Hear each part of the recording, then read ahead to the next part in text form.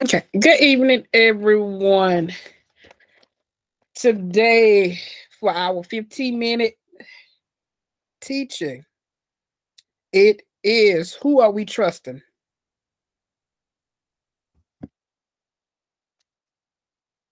And the definition of trust is dependence on something future or contingent. Hope. That's just like us trusting that the bed we lay in is going to hold up under us.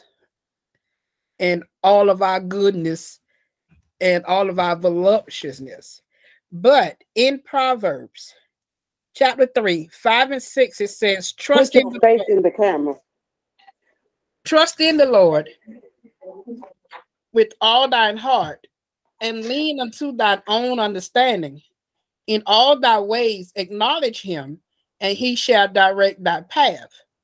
And we know that if we trust in God, when we trust in God, everything that we ask him for, everything that we stand in need of, it will be directed.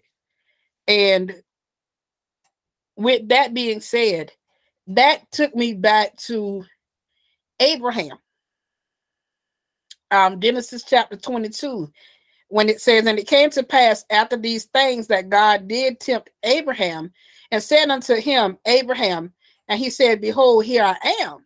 And he said, take now thy son, thine only son Isaac, whom thou lovest, and get thee into the land of Moriah, and offer him there for a burnt offering upon one of the mountains, which I will tell thee of.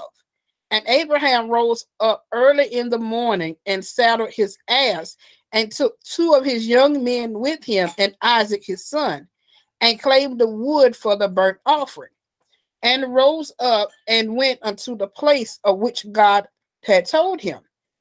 Then on the third day, Abraham lifted up his eyes and saw the place afar off. And Abraham said unto his young men, abide ye here with the ass, and I and the lad will go yonder and worship, and come again to you. Abraham took the wood of the burnt offering and laid it upon Isaac his son, and he took the fire in his hand and a knife, and they went both of them together. And Isaac spake unto Abraham his father and said, my father. And he said, here am I, my son. And he said, behold, the fire and the wood, but where's the lamb for the burnt offering? And Abraham said, my son, God will provide himself a lamb for a burnt offering. So they went both of them together. And they came to the place which God had told them of. And Abraham built an altar there, and laid the wood in order, and bound Isaac his son, and laid him on the altar upon the wood. And Abraham stretched forth his hand and took the knife to slay his son. And the angel of the Lord called unto him out of heaven and said, Abraham, Abraham. And he said, here am I. And he said, lay not thy hand upon the lad, neither do thou anything unto him, for now I know that thou fearest God, seeing thou hast not withhold thy son, thine own son, from me. And Abraham lifted up his eyes and looked, and behold, behind him a ram caught in a thicket by his horns. And Abraham went and took the ram and offered him up for a burnt offering instead of his son. See, Abraham trusted what God told him. And in doing so, he was willing to sacrifice his son. Now, how many of us could say that we would actually sacrifice one of our children? Honestly, how many of us would do that? To tell you the truth, I don't think I would do that. Me and God would have to have a conversation. And it brought me to another point where with Adam and Eve, when Adam had his eyes on God, he didn't stray, he didn't tarry, he didn't do anything that he knew would come between him and God. But once he took his eyes off of God and started trusting in what he was telling him and not really trusting what God told him, everything went wrong. That's like with us, because trust and faith, if we don't know it, they work both hand in hand. If we telling God that we trust him and we gonna do trusting what he's telling us to do we actually have the faith to go along with that trust that we say that we have? That's why he said, trusting him with all thine heart and lead not to thy own understanding. Because if we lean on God and trust in God, everything that we need, everything that we want, we can have. But once we start leaning to our own self, nothing will go right. Nothing. I will be the first to say sometimes I don't have faith or don't trust in God with what he says. And I know I shouldn't be like that, because I know anytime that I have ever asked God for anything, it come through anytime. I remember this one time I was like, okay, God, I need a new car. My credit score was jacked up. I walked off the car lot with a 2018 car with only 32,000 miles on it. No money down. And I told God, I said, you know what, God, I thank you, because I knew I needed that. At that point in time, I trusted him. I believe in his word. And that brought me to with Peter in Matthew 14 and 28, starting at 28 verse, when it says, and Peter answered him and said, Lord, if it be thou, bid me come unto thee on the water. And he said, come. And when Peter was come down out of the ship, he walked on the water to go to Jesus. But when he saw the voracious of the wind, he was afraid and began to sink and cry, saying, Lord, save me. And immediately Jesus stretched forth his hand and caught him and said unto him, O thou of little faith, wherefore thou hast doubted? As long as Peter kept his eyes on God, he trusted God. He knew that God was there. He knew that God had him.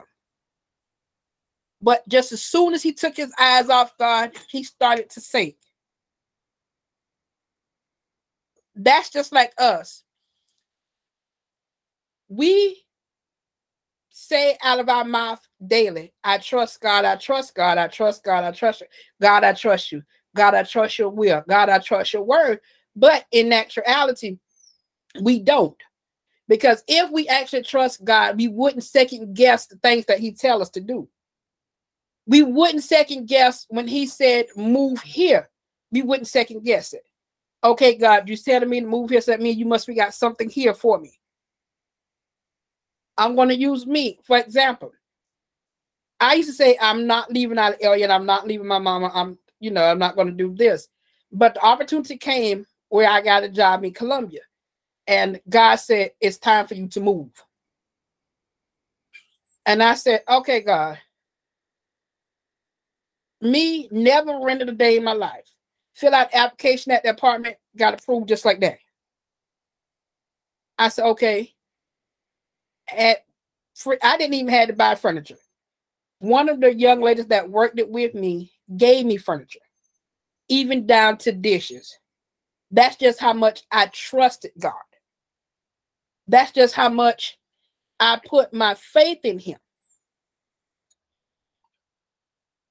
And if we can actually get to that point where we can stand on his word, walk on his word, trust and believe that he would never lead us astray, we will be okay. We will be better Christians. We will be better children of God. But our thing is, we can put our trust in everybody and everything, because we can actually see that person. We can see those things, but we can't see God because he's a spirit. But my thing is this: I rather believe in a spirit than trust a man. A man a lie. God said in his word that he can't lie. He's a son that can't lie. Not only that, but God trusts us with a lot of stuff. He trusts us with our kids. Those are our kids. Those are his kids. He's just lending them to us to see how much he can trust us with them, to teach them his will, teach them the way that they're supposed to go. But we have a tendency, and I'm bad at it.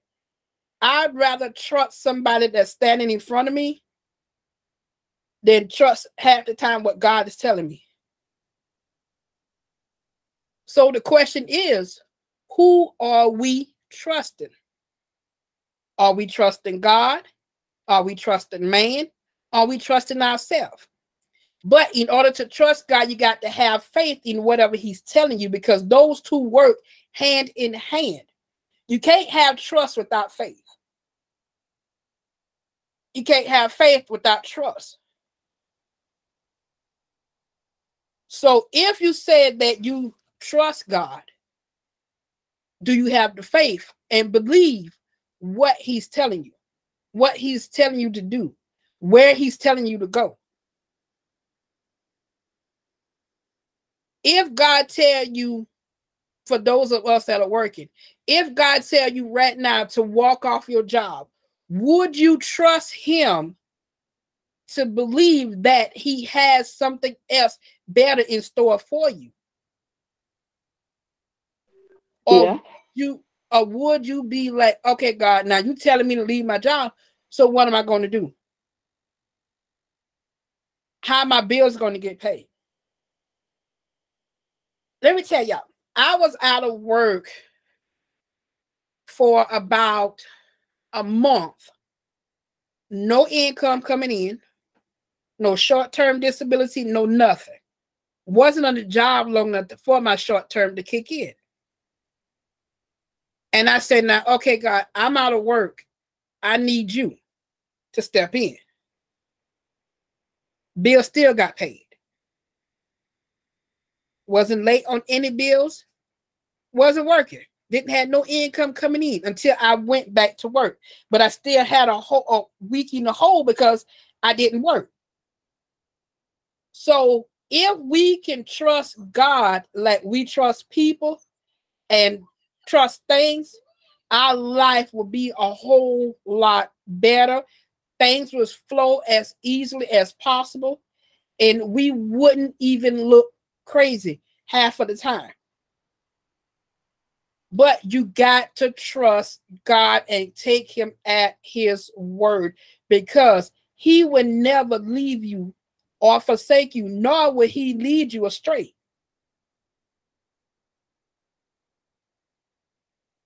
That's like for those of us that drive. We trust our car is going to take us from point A to point B, back to point A.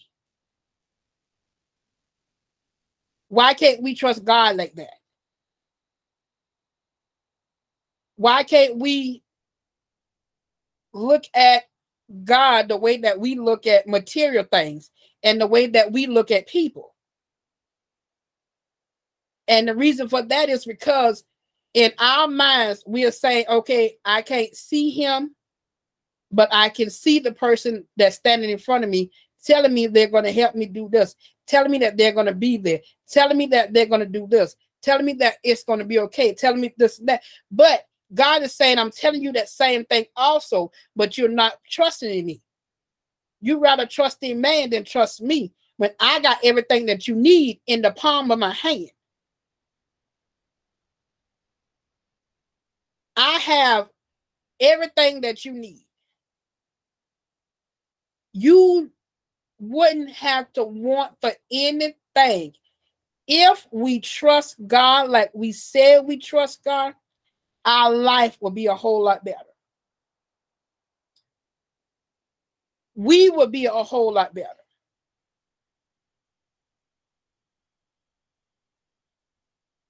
So again, the question is, who are we trusting?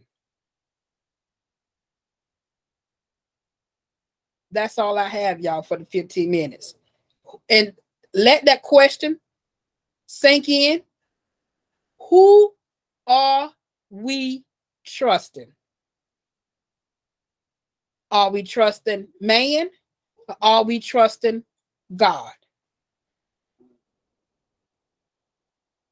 That's all I have. Amen. You can stop the recording.